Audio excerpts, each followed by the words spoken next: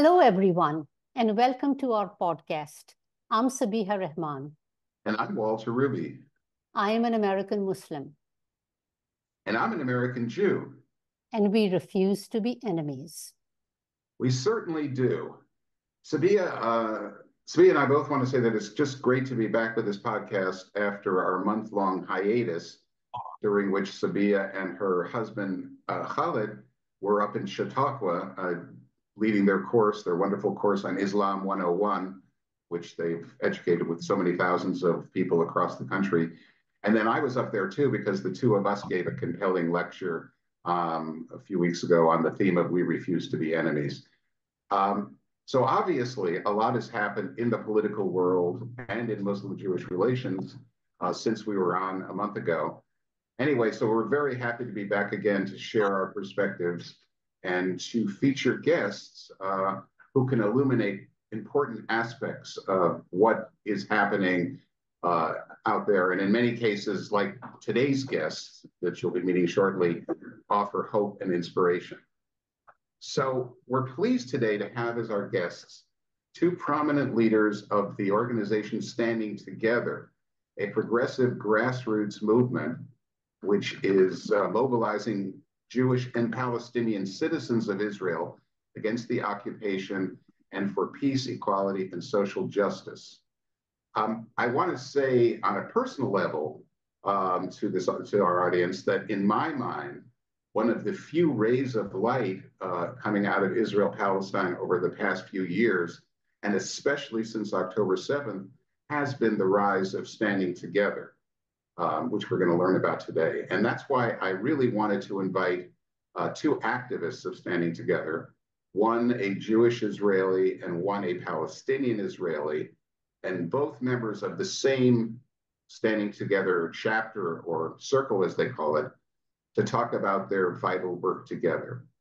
So Haviva Ner-David is a veteran activist for Israeli-Palestinian peace. She's also an active member of the Lower Galilee Circle of Standing Together. She's an American-born rabbi who made Aliyah to Israel, I think, about 30 years ago, and she eventually settled on Kibbutz Hanaton in Lower Galilee. She's the founder of Shmaya, a mikveh for mind, body, and soul on Kibbutz Hanaton, and a certified companion and specialist in dream work.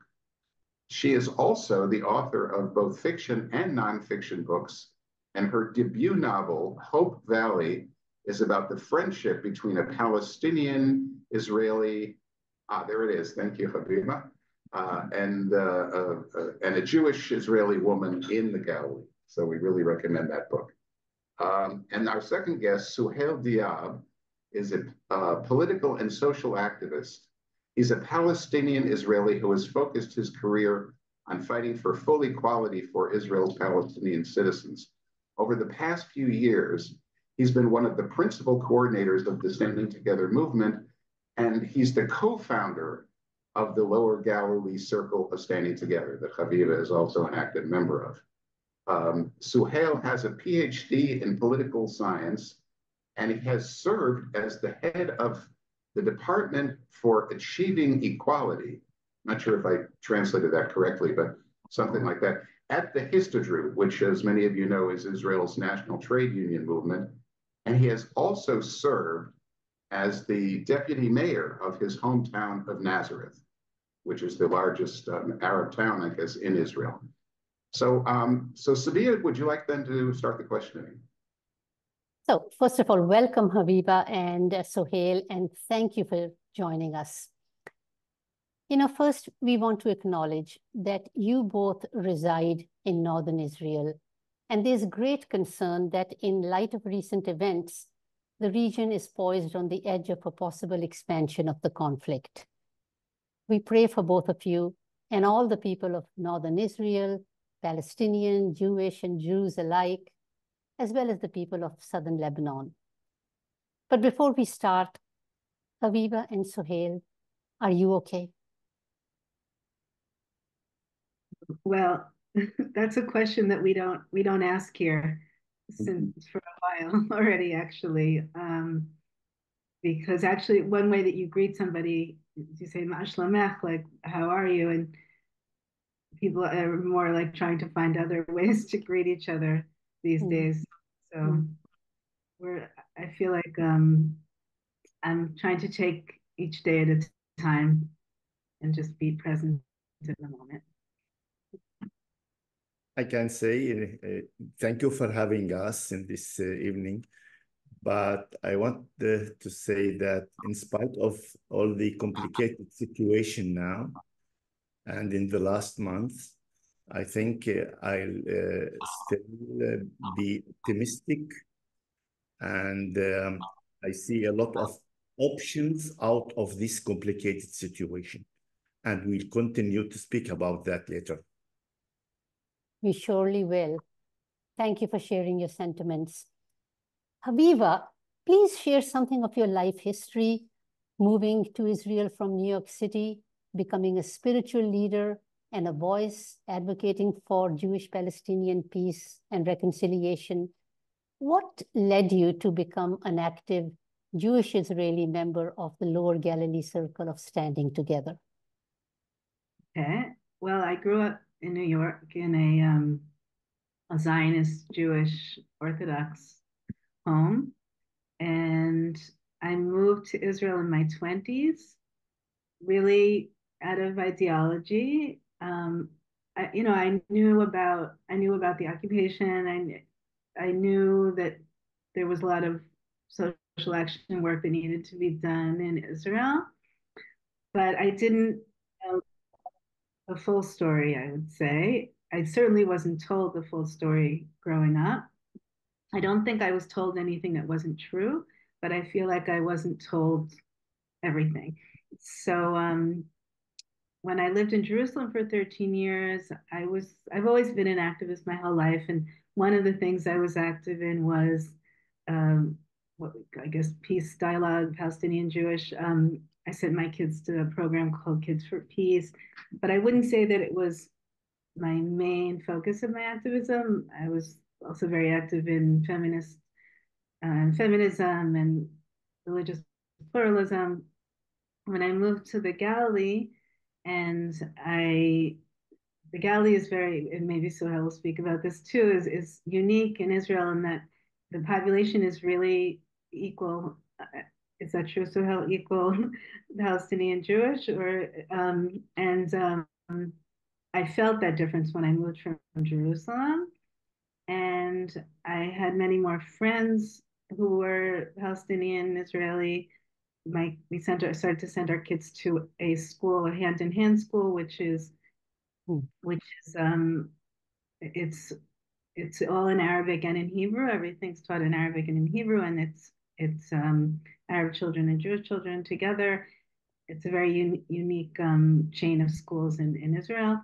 And I joined a narrative sharing group, where once a month we would hear the story of either a Palestinian Israeli or a Jewish Israeli, and my eyes were open to a lot of things that I didn't know about beforehand, and I became so interested and kind of obsessed with the whole thing, and that's when I wrote this novel, Hope Valley, and the book goes back and forth between the points of view of a Jewish woman and a Palestinian woman in the Galilee, and there's also a diary of the Palestinian woman's father from 1948.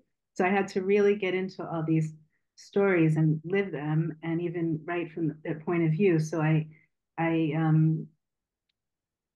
I feel like it was a lot of work that I did, inner work, and a lot about just building understanding, building a shared society.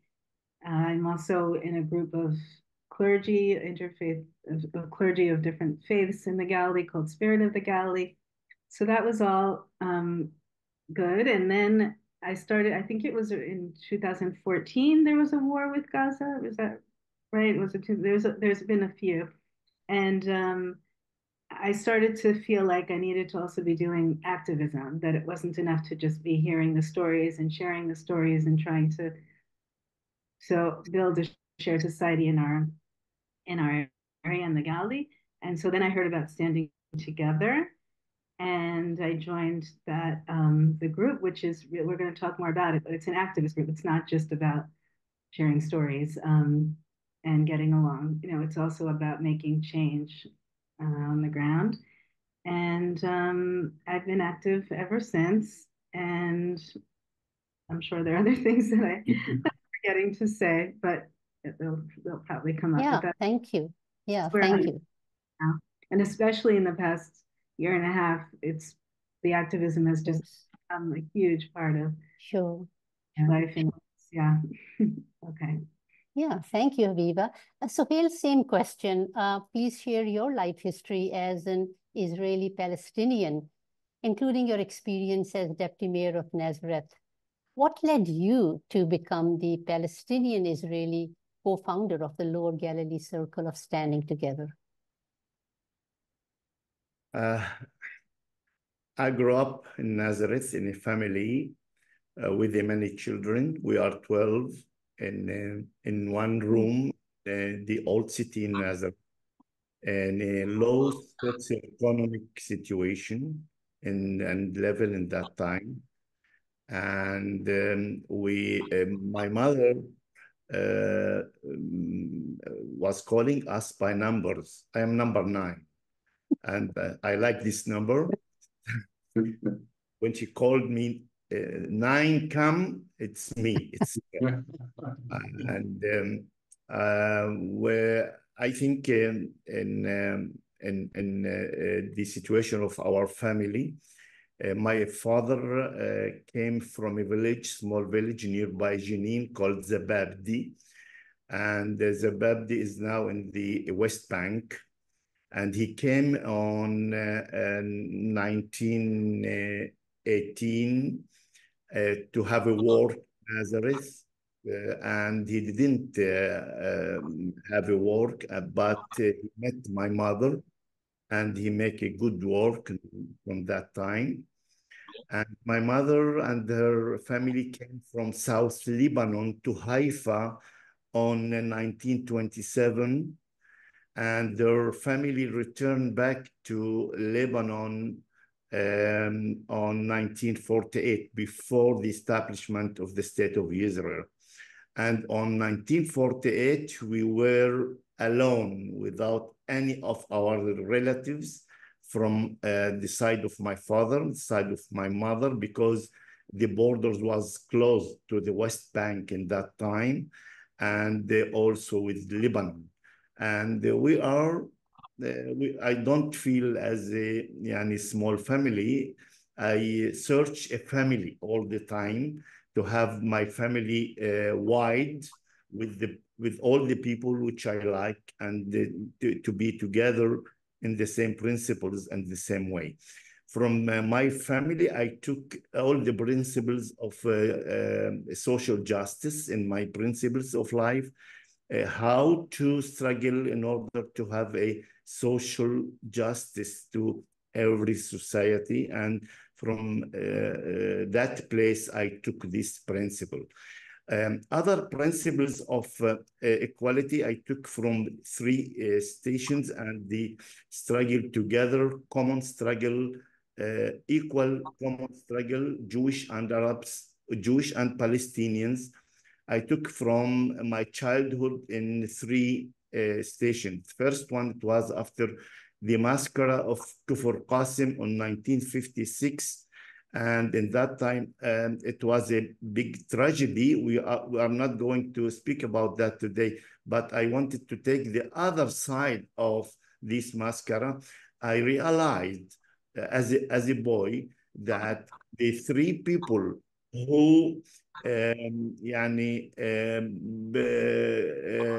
this story to all the world were 3 Jewish activists, not Arabs, not Palestinians, 2, 3 Jewish activists who took this story and take it for all over the world that it was a massacre. In that time, they were Uri Avneri and Latif Duri and Meir Vilner. And I started to ask myself in that time, when I was 4 or 5 years old, here there is a Jewish good. There is Jewish, we can go together. There is a Jewish can make things that the Arabs and Palestinians can't make. And this is what the first experience of me about Arabs and Jews. The second one was when I got to the University of Jerusalem on 1973. And in that time, I met a lot of people, Jewish and Palestinians. And for the first time, I was one from 4 activists, 3 Jewish, 1 Arab. The only Arab was me. I was the secretary of the Arab committee in the university. And we made a movement called Campus. It's studential organization, Jewish and Arabs, to go to the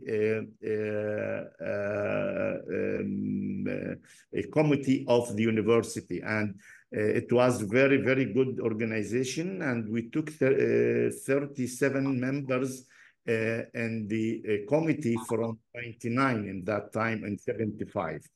And it was very good experience to work together with the Pantarim Hashhorim, the Black Panthers in Jerusalem, and a lot of people together in order to have other type of life, other not separated communities, altogether community. The third station, it was when Kahana, the fascist, came to Al-Fahim on 1985, and I saw in my eyes, I was there every minute for more than 8 hours in that day, that the hundreds of the demonstrators who were in the entrance of Al-Fahim and don't let Kahana to go enter, to conquer or to reoccupy Al-Fahim were Jewish demonstrators.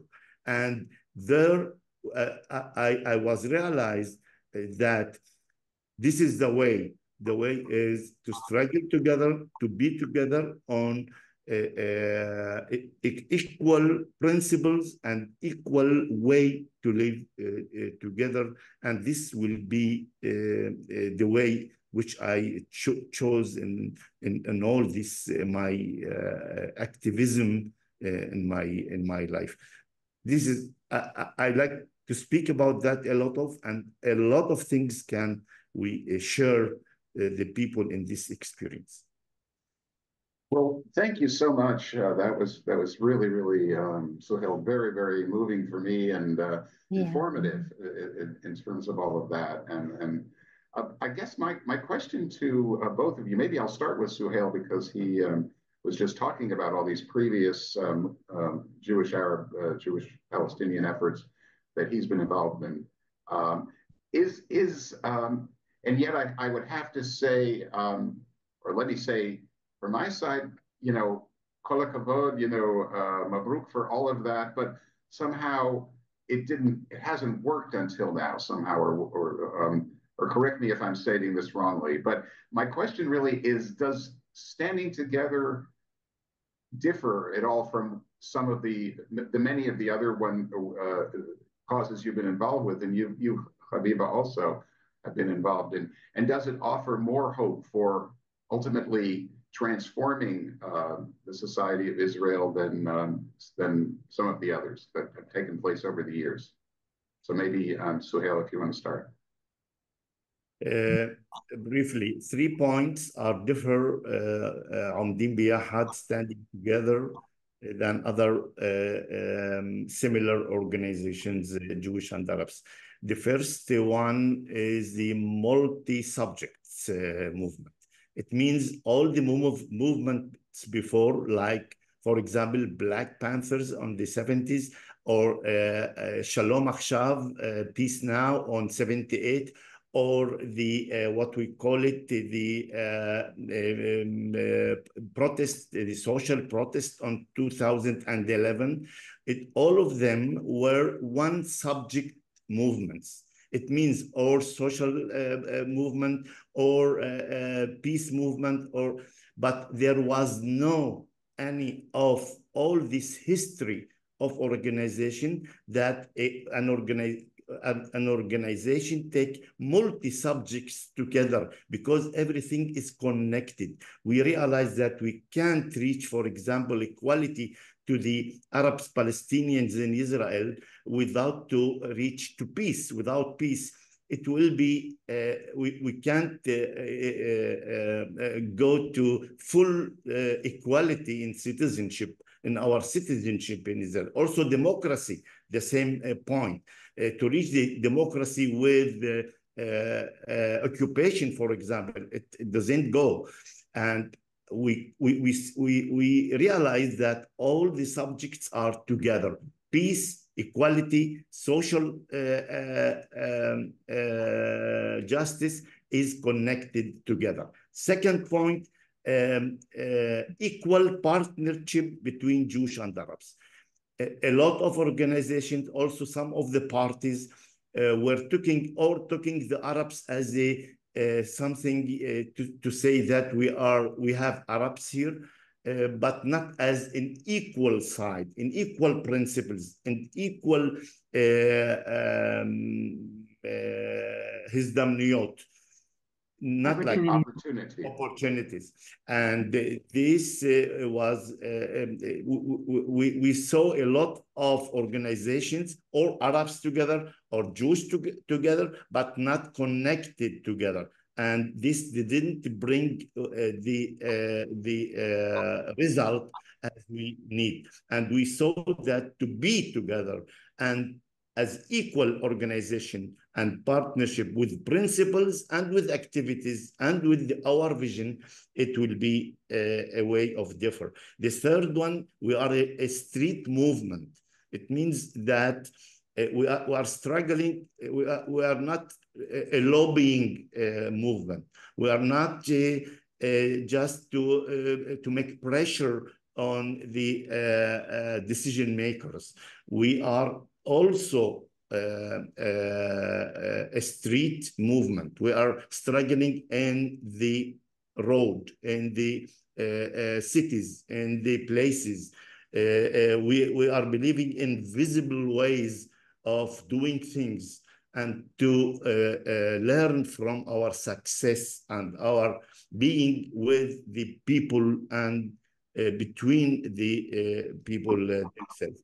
It's these three things, I think, is differ learning from the history of the organizations in Israel, and I think it's working very good. Okay. Haviva, do you want to respond to that question? Well, I can just add, because I would say the same thing, but I can add that definitely the thing that really excited me about standing together was this the partnership aspect of it. And I'll say that in writing this novel, I had this thought that, or feeling and thought that that was like the tragedy of what happens in the history of the 47, 48 and before.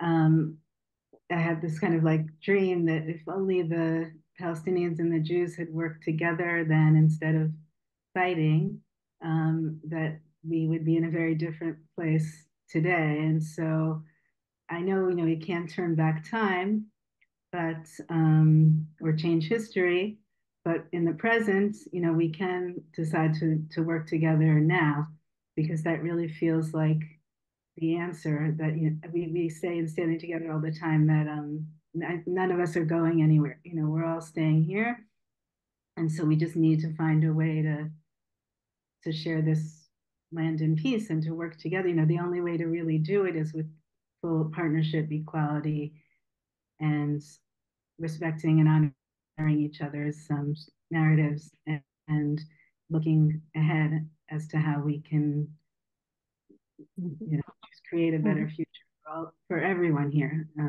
Yeah. So Haviva and Suheil, can you summarize the work of Standing Together both nationally and within your own circle in the protests of the first half of 2023? How was that work transformed by October 7th? And how did your circle manage to hold together in the face of the imperative to go into one's tribal corners? Were there defections from both sides? I mean, I understand that the circle has grown significantly, which is remarkable under the circumstances. Can you remember a particular moment when Jewish and Palestinian Israelis within the group affirmed their commitment to be there for each other despite everything that was pulling them apart? Who should go first? Yeah. Haviva, why don't you go first? Okay, well, I'll say what I'm sure you'll fill in, Suheil. So let's see what I remember. First of all, before the war, so Standing Together was actually the first, organized the first big demonstration in Tel Aviv. A lot of people don't know that, and a lot of people have forgotten that as well. And it was so exciting. It was amazing. It was soon, I don't remember how long after, maybe you remember, so how long after the government was sworn in, but not long after, maybe a couple of weeks, I'm not sure. It was in December though, I think. Or January, I don't know, maybe. So it was a huge demonstration in Tel Aviv, and it was Arabs and Jews together, and it was very, very exciting. And then I think it was the following week, what we call now, I guess, the Jewish, mostly Jewish-led demonstrations, the big demonstration movement kind of took it over, and started with the Israeli flags as the symbol.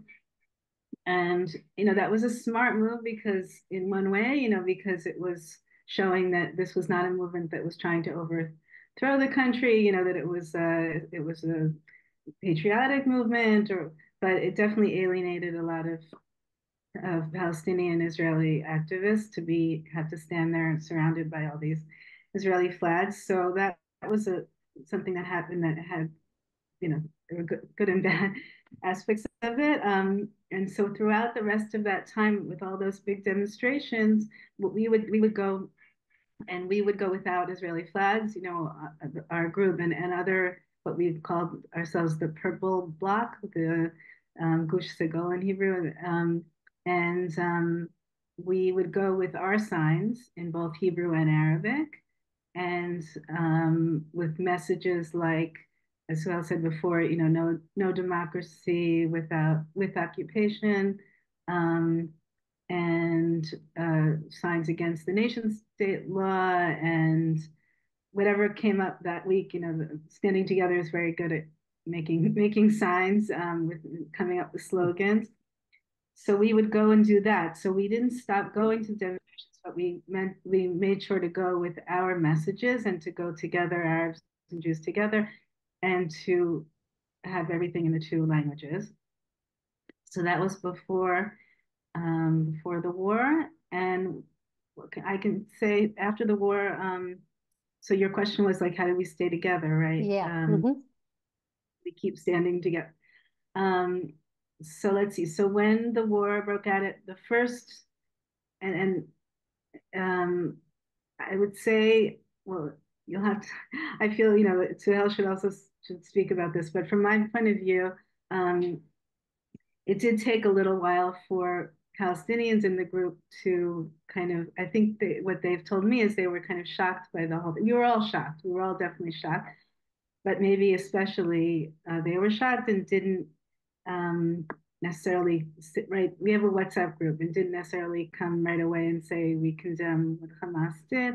And so some Jews in the group kind of were taken aback by that, because usually like we would be the ones having to condemn our the Jewish leaders or the settlers in the West Bank who were always doing horrible things, and so we were kind of like expecting that to come, and it didn't come right away. And we were told later that it was really out of shock and all that. So that was like one little hump kind of to get over. But I'd say immediately, I think it was even that night. This was on a Saturday, and I think immediately I remember I was on a Zoom that was a national Zoom that was all over the country, people who wanted to talk about how we could prevent violence from erupting within the country, because in the past, when there was a war with Gaza, and we knew there would be, we knew there would be some kind of retaliation, that rioting and lynchings and violence erupted in the past, and so we wanted to prevent that. So immediately there was this big Zoom, and people created these local groups of people who, Arabs and Jews, who were doing things together, like cleaning out safe rooms, and what are they called, the shelters, and patrolling the streets. And there was a hotline that was formed for if any problems arose. Also, very soon after October 7th, there was and it continued discrimination against Arab Israelis by the government, by police, people who posted things on Facebook and then were taken in, and still are being taken in for questioning. Or so there was a hotline also for that. And one really nice thing we did too was we got together and painted signs that said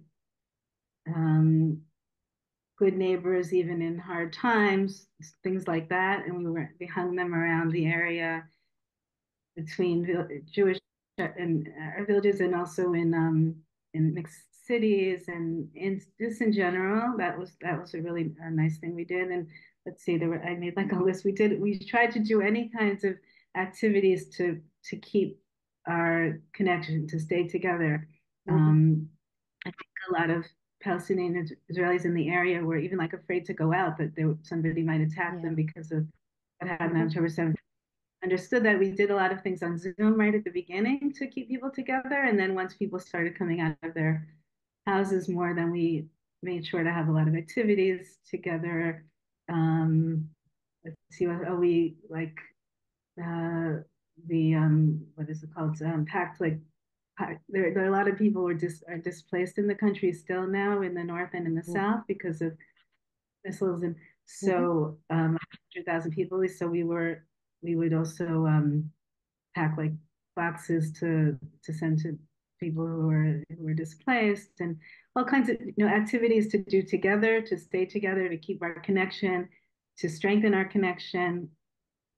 And maybe not surprisingly, or maybe surprisingly, our chapter has doubled in size since then. So doubled. Wow. Right? That's correct, right? So we're doing something We're right. doing something right. Yeah. Yeah. A lot of terrific. Yeah. Suheil, your thoughts about it? Oh, I forgot one thing. Maybe you'll speak about this, Suheil, like the conferences. We did a lot of conferences, and then we started having demonstrations even. So maybe you'll continue with that. And now, we demonstrate against the war, we demonstrate for the hostages, we demonstrate for a ceasefire. Anyway, go on. Take it away. And I was just wanting to add also, if you could sort of focus maybe, Suheil, on a bit on your local hoop, your local circle, as to how that is held together, because you have the national movement and then you have your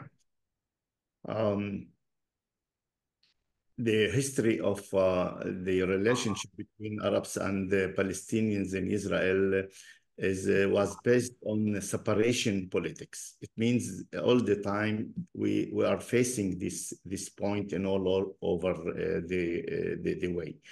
And I can say the period which was very, very bad in our history, it was after 2000. After the second Intifada, and in that time was catastrophe situation in a relationship between Arabs and Jewish. I remember that in Nazareth they didn't enter any Jew man or woman to have a bread from any place there. For 4 years at least after the year 2000. And it was very, very catastrophic, not just in the organizations, the Jewish and Arabs, also parties and also people in the base of the individual relationship. People didn't speak one with the other, which were friends before. And it was very, very terrible situation. Why I am saying that? Because we have also to learn from our experience in order to make better in this point. We had two main exams in this period. One small exam before the 7th of October, and the main exam after the 7th of October in our area. Before the 7th of October, the main exam was in our inside investigations. If it's good to take a part in the big protests, the big demonstrations against the judicial road in Tel Aviv, Haifa, with the flag of Israel and all this. If it's okay to take a part, also as Palestinians, how we feel when we go to these big demonstrations without any speaking about equality, for example, or against occupation or something like that. And it was a very, very important and hard question. From the other side, it was the question if it's okay that a lot of leadership of these protests see that if the Arabs coming a lot of there, it will be not good for the result of this protest against the right wing of the Israeli politics. It means it was a complicated situation. Yeah. We spoke about that a lot of, and we tried to see the principle, the main principle, how to take decisions towards to see the interest of the two nations and the most of the two nations in this period. And we realized that we have to make two steps.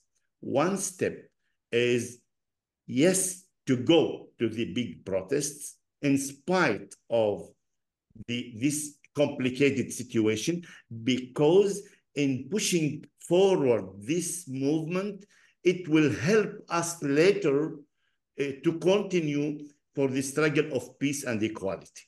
Long term. But in a lot of what we call it to understand the situation. If you are not understand this situation, you will not keep going. And we try to call, for example, to all the Arabs to participate in this protest. And later we made what we call it to protest inside the protest, the big protest. It means to make a small groups inside the demonstrations, and to have other issues like peace, occupation, the relation between democracy and equality. No democracy without equality, no democracy without peace, no democracy without finishing the occupation, and protesting inside the protests, it means. And this worked very good, because from one side, they give the people who are believing in the strategic issues to be there, and also to push forward all the protests in Israel to win in this, we call it in this protest. But it wasn't easy to make that. a lot of our members, a lot of questions, and we decided we need, as our movement, first of all, to keep the movement exist. In this situation, to keep the movement exist is one of the very important targets.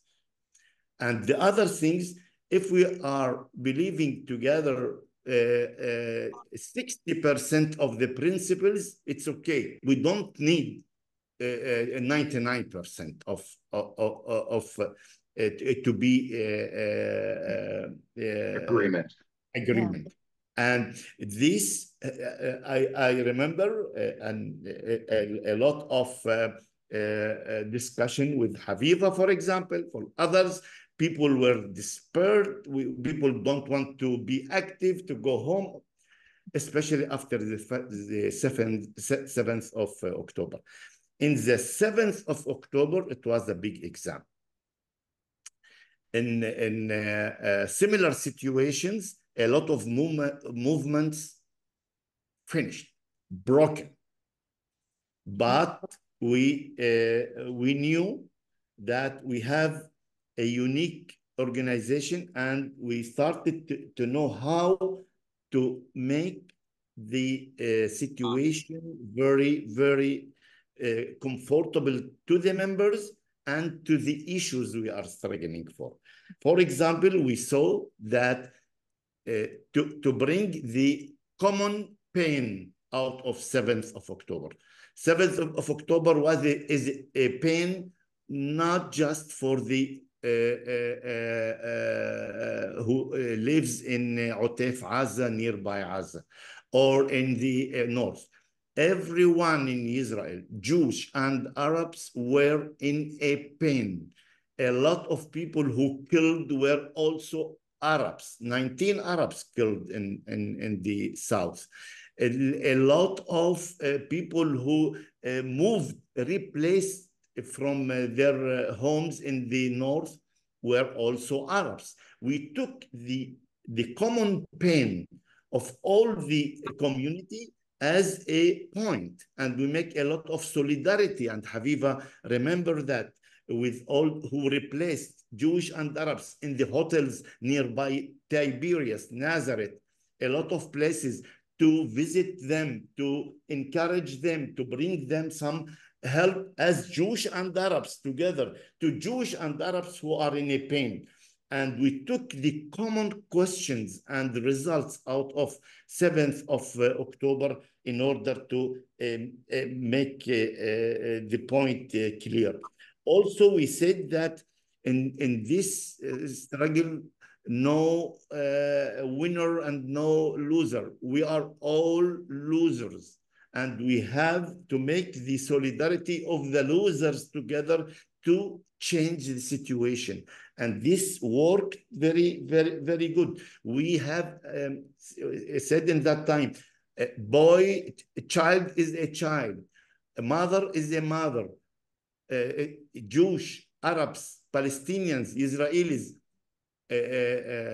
boy is a boy, and mother is a mother. And it works very, very good in this time. But we were afraid that we lost two things. The first one is the time. It took for us something like 1.5 months between 7th of October till we make the first big activity on the November. It was 1.5 months, but it was worth. And people asked us, what are you doing in this month? You didn't make anything. But we helped our members. We didn't lose one single one of the members in this period. Any single one. Maybe that is amazing. Some members were in the home, or not in a good situation. But we didn't lose any single member. Also, after that, we go forward for more and more demands in order to stop the war, and we now we have expanded 30% more members after 7th of October, which it was a dream for us just to keep our members not to go out in the first month. And I think Suheil, question is, when you say 30% more members, that's in the circle. In the circle, that's what I wanted to understand. Yes, in the circle. We were something like 602, and they were entered 244 new one to the circle. And this also, there is a lot of in all the circles, but we are talking about our small circle. I want to tell you the phrase which we put it. I'll just agreements save lives. Agreements save lives. It's helped us a lot of to convince that they have to make the agreements, not just the hostages, also to go forward agreements for peace, for everything. And we put in that in a historical experience that we saw that after War of 73, how they make agreements with Egypt, after the Intifada, the first one in 1987, how it brings Oslo. And we are sure that after this big trauma, something good must come, and we will not let anybody to lead us to go back to the 6th of October, which we were before. We have to move to a new place. But a lot of problems were. We are talking now as a historical say, but it was every night, every day, working on everything, every word, every telephone, and it was worth. It was worth. We can say that there is now immunity in the Galil. I don't know if Haviva will agree with me. There is a social immunity for struggling together, Jewish and Arabs as a principle, for standing together as a movement who took this point forward in the two societies, Jewish and Arabs in the Galil. Well, you know, clearly, first of all, bravo, but clearly you passed all three tests, the three exams that you talked about. And I would, what I'm getting is that it's because of your mandate, which is to not be a single issue organization, but be multifaceted, that has made it relevant and sustainable. So I applaud the work you're doing, particularly the emphasis on agreements and negotiations and compromise, which is really the art of diplomacy. So I applaud that. I think part of it is the partnership aspect, where that requires asking yourself often, you know, like, how would my Palestinian Israeli friend, you know, see this, and try not to get stuck in your own story or narrative, and that definitely requires more work. But I think that's the main point, is this, you know, is this partnership. And something else that Suheil reminded me of is, before the war, when we had those big protests, actually we were doing so great. Like Suheil spoke at a lot of protests, and he wasn't the only one. Like, we would try to make sure that there'd be an Arab speaker at every protest, and it was really happening. I mean, it was getting much better, and the movement was starting to even. I know some of the leaders in the movement were starting to really be open to make, you know, expanding it to be more of an Arab Jewish movement. And then October 7th happened, and that was really devastating. I mean, in so many ways, but one of the ways it was also devastating is because I felt that was really going in the right direction, and then it all just, there weren't even any demonstrations at all for a couple of months until then people started up again, and now they're in full force again. So Yeah. let me ask the two of you a kind of critical question, which one hears, especially on I would say the pro-Palestinian left in this country. Many of the demonstrations. When I bring up standing together as a source of hope, what I hear from some people who don't know much about it, or maybe even don't know anything about it, they say, well, that's just normalizing the occupation, groups like that, and you're not really doing anything to make life better for the Palestinians, first of all, on the other side of the former Green Line in the West Bank and Gaza. And maybe you're only deluding the Israeli Palestinians that something really can be done by working together, Jewish Palestinians. So I just wonder, how do the two of you respond to those kinds of criticisms? Either one of you want to start? Do you want me to start, or do you want to start? Either way. Ladies. Ladies first. Okay, I'll say something, but I really want to hear what you have to say. I find the normalization concept problematic from my point of view, and I think the whole idea of of partnership. So the idea of not being willing to talk to someone or work with someone, or to silence somebody because of it being normalizing seems to me antithetical to what standing together is about, and also what I believe in. I think, first of all, when you have, let's say, Jews who were working for peace and trying to end the occupation, and then to say, we're not going to work with you because you're Israeli or you're Jews, I feel like that defeats the purpose. I understand that point of view of like, we're not going to cooperate because we don't want to even acknowledge that, like, let's say Israel should exist, or so I mean, it's hard for me, obviously. And I think part of it is like a different outlook, that I see this as a conflict, and I see both sides of the conflict being responsible historically and present, and for the future. So like for the past, the present, and the future. That's my outlook on the situation.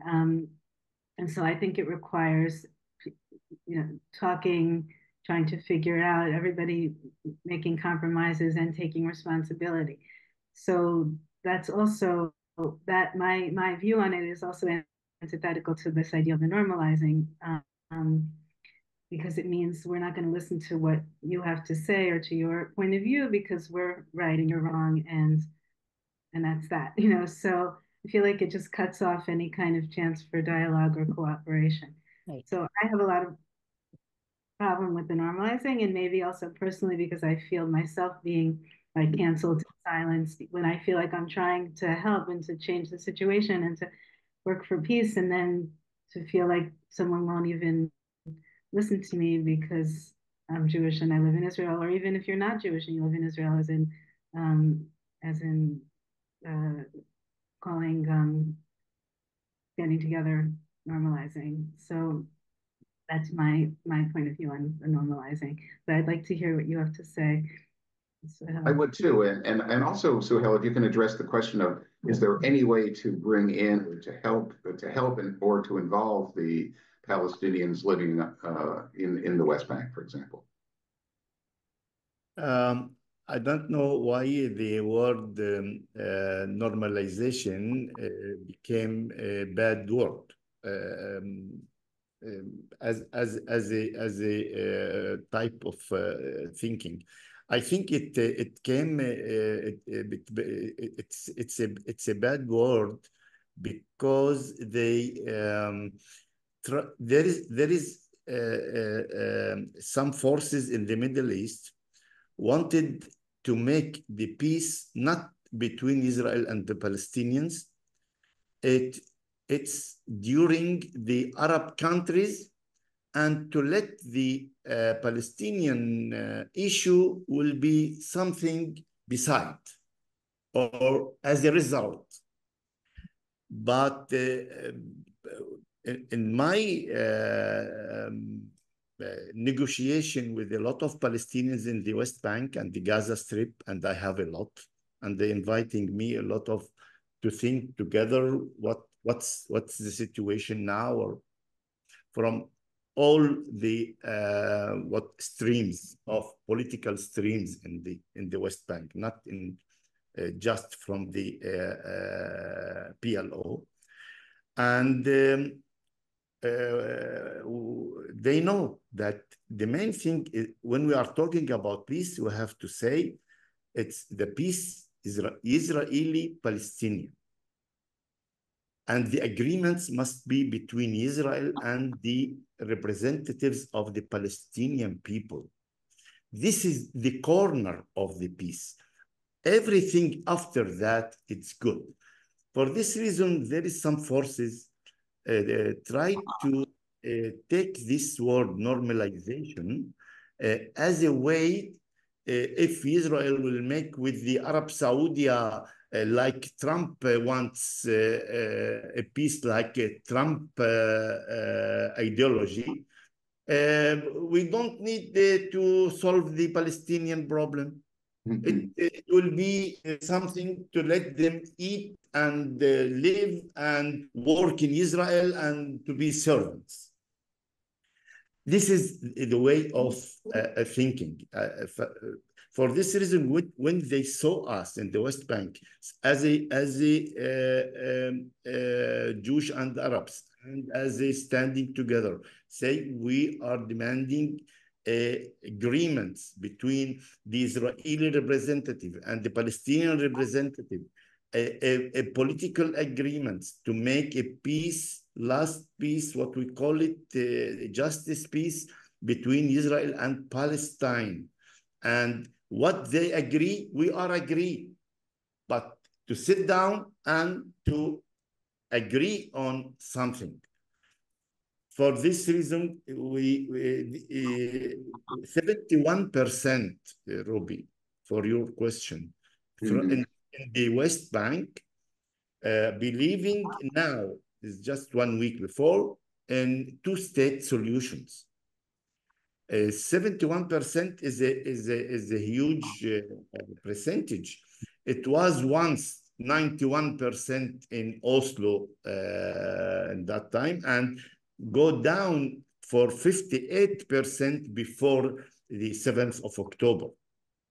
What it means that the most of the Palestinian people want to have a solution of two states, but it say another thing, that this percentage go higher after the 7th of October, not less. It means that a lot of people from the Palestinian side are thinking what happened in these 10 months and how to go to take all of that, not to go back to the 6th of October, but to go forward in order to reach in a new life and the new future to the Palestinian people. Let me just to say one thing, something connected with right and small, left, right and left. Right. The struggle now in all over the world. All you can see also in France, in Britain, and everywhere. Also, I think in Israel, a lot of people doesn't agree with me. Is not between left and right. the humanity goes between humanity and anti-humanity. Mm-hmm. And if we will still in the platform that it's right and left, and to confess, to make this as a fixed principle, I think we are losing in this way. And what happened on the 7th of October, what happened now in Europe in the last elections, it leads us that the people who are going to vote are not voting for left and right. They are voting for not to let the anti-humanity to succeed. And it's different between this, and they're voting for left or voting for the right. As a conclusion, I think it must be the day after a good day. This is what I am believing. In spite all the complicated situation, in spite all these tragedies, because now the situation from all the parties, from all the sides, from all the nations, it couldn't be after the 7th of October like what was before the 7th of October. If it's in the Palestinian society or Israeli society and in the international situation. This is what I am believing in. Okay, well, thanks very, very much to both of you for all of that. And as you know, Sabia and I are sitting here in the United States, and we were part of a movement of Muslims and Jews trying to work together and build our relations here. And one question we feel very strongly is there any way, how can we be of help to you in your struggle? I mean, I feel like we're both fighting similar struggles, but often not connecting. And are there ways that American Jews and American Muslims, American Palestinians for that matter, could come together in some way to support you more than has happened so far? Maybe Haviva, maybe you want to respond. Well, taking off on what Suheil just said about being on the side of humanity, I feel one way is to try not to take sides and to try not to take sides of Palestinian or Israeli or Palestinian or Jewish, and to instead be on the side of humanity and to realize you don't have to take sides, that the side to take is that we want peace, and so that for me, I think especially seeing the polarization around this issue in the United States, I feel like it's, or not just the United States, actually also in Europe, and is to just say you can help us by helping us make peace, so that's what comes to mind for me. So Okay, Haviva, yeah, Walter, go ahead. No, go Sorry. ahead. Okay. One sentence, Yes. maybe. Of course. Sure. Two points is important for our struggle together. One will help the others. Any dynamics in your struggle will help us, and dynamics in our struggle maybe will help you. These 2 points, the first one is the struggle against the anti-Semitism. There is some forces which use this point in order to take it to everybody who is against the politics of the government of Israel or Netanyahu as anti-Semitics. I think this struggle, especially the Jewish in the United States, to struggle with others, Muslims, Christians, or alone against this point, it is very, very, very important today. I have seen the demonstration for the Jewish in the Congress when Netanyahu were there, and it was the good answer for these who said that the struggle to the Palestinian freedom is anti-Semitics.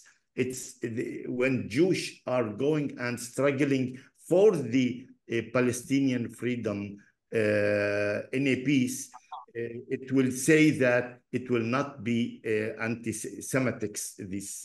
And the second point is Islamophobia. Now we have a problem of Islamophobia. And I am, as a Christian, for example, if I see myself as ambassador to say to all people that we are struggling together, Jewish and Arabs, Muslims and Christians and Jews, to say that it's not a way to shame any struggle as Islamic and Daesh and ISIS or something like that.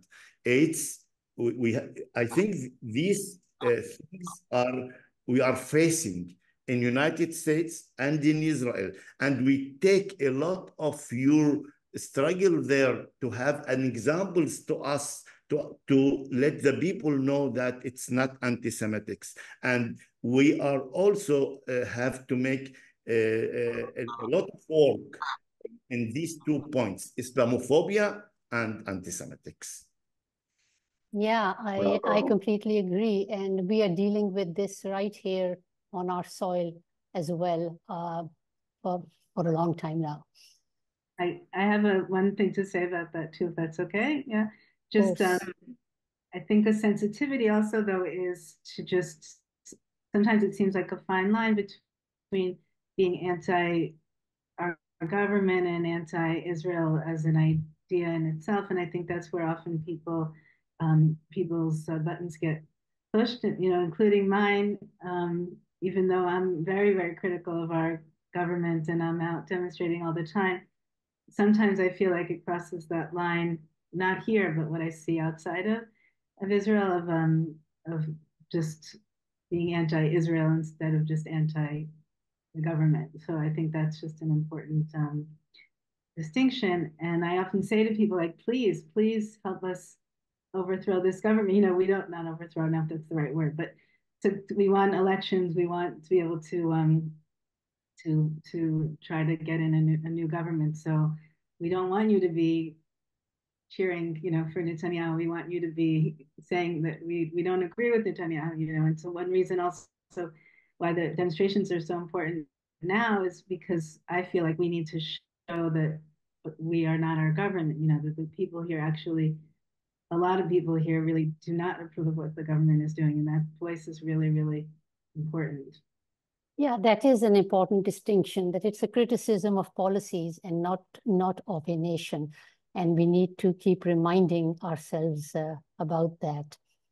Haviva, do you think that can the grassroots struggle go forward fruitfully without addressing, the big political question of should there be a two-state solution, one-state solution, or is the solution really bottoms up? Or top down. As opposed to tops down, right? Yeah. Well, I know personally, I'm not a politician, so I can work on the grassroots level. That's what I can do. Yeah. But I think we need both. I think I don't trust our leaders right now at all, on either side, to be leading us toward anything that's good for the people. So I think we need the people to be raising that voice, as I said before.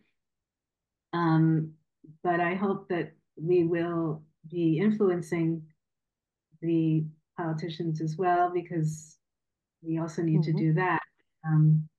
And I think, I don't know about this scientifically, I haven't studied this, but I've heard that when you have big grassroots movements being loud with their voice, that eventually the leadership does have to listen. It's hard to see that happening right now with the leaders that we have, but I think we are making we are bothering them. I think they are seeing us and are hearing us. So I think the two have to go hand in hand.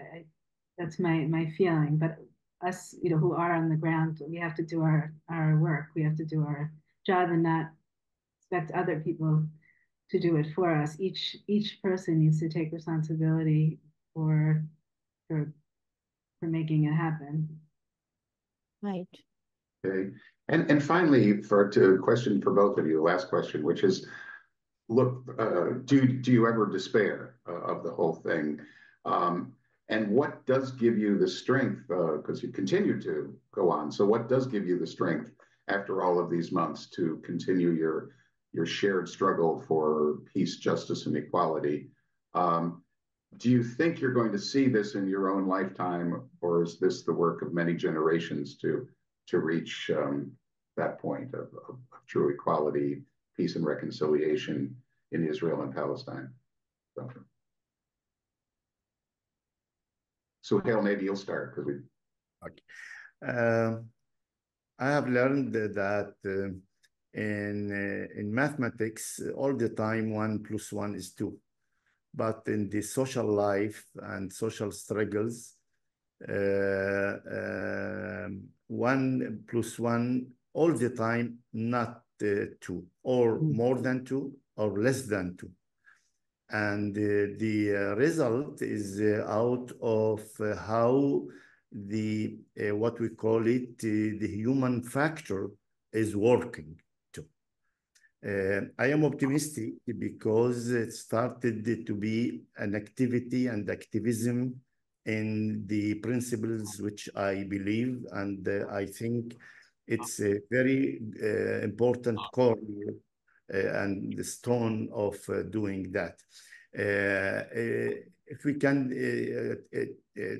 talk about the periods of time, anybody before Rabin come to in that time that it will be in 2 years agreements like Oslo.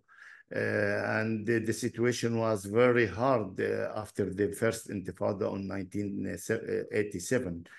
2 years, 3 years after that, everything is upside down. I am believing on the moving of the humanity and the human factor to make changes, sometimes in some days and sometimes in a lot of decades. It means the main thing is to see that there is a hope, to let the people be in a hope that they can do something, to share these people. For this reason, the share with the grassroots is very important, because the mistake of the most of the parties or elites in Israel is they know strategic very well and theoretical very well, but they are wanted to start to teach the people, to teach the others, and not to know what their needs, and to start from the needs of the people, and to take them to the strategy, and not in the upside down way. For this reason, it's to understand the psychology of the people, what they think, what they feel, what they love, what they hate. Most of the Palestinians, which I spoke with them, didn't know that the first point in the Israeli fear is security. They need security. This community needs security and partner.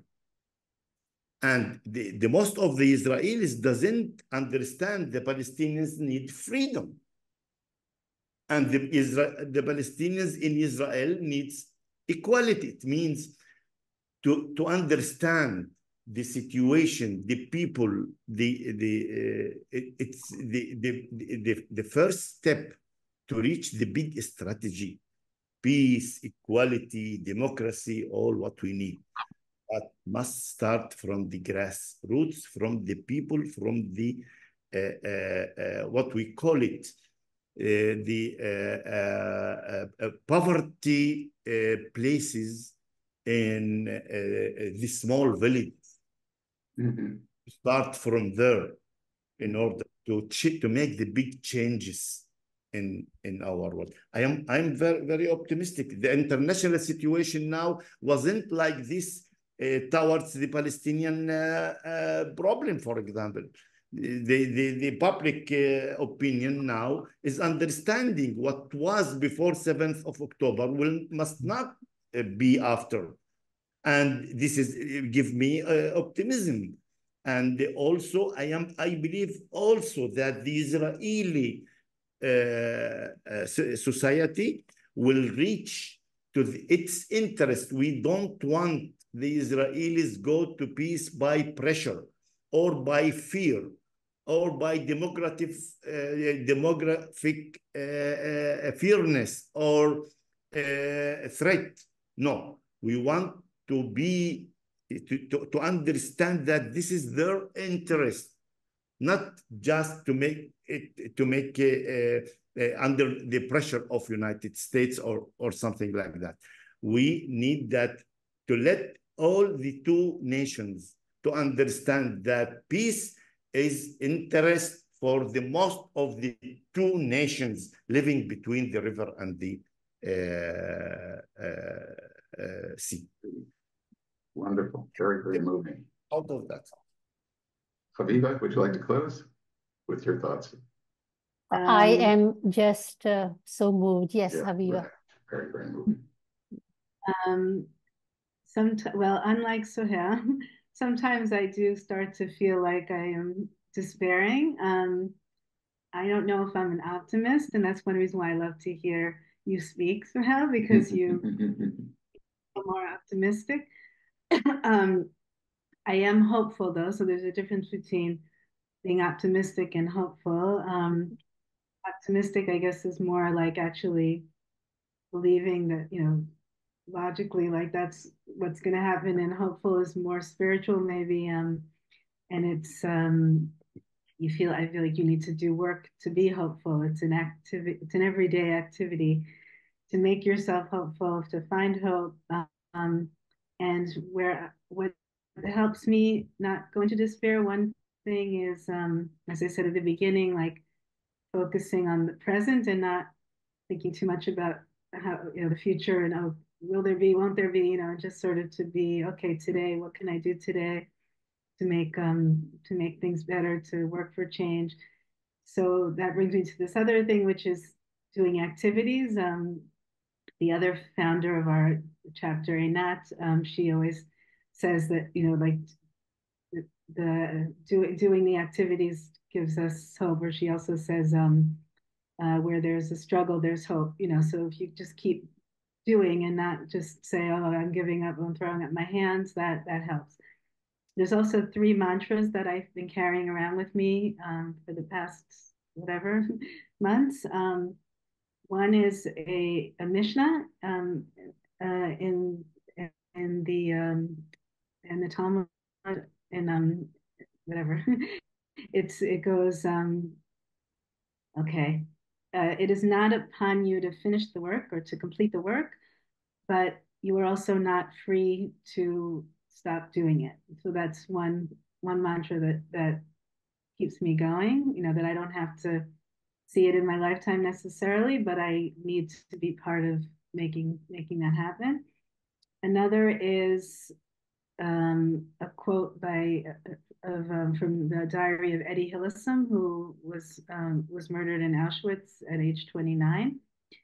And she says, wherever you happen to find yourself, be there with your whole heart.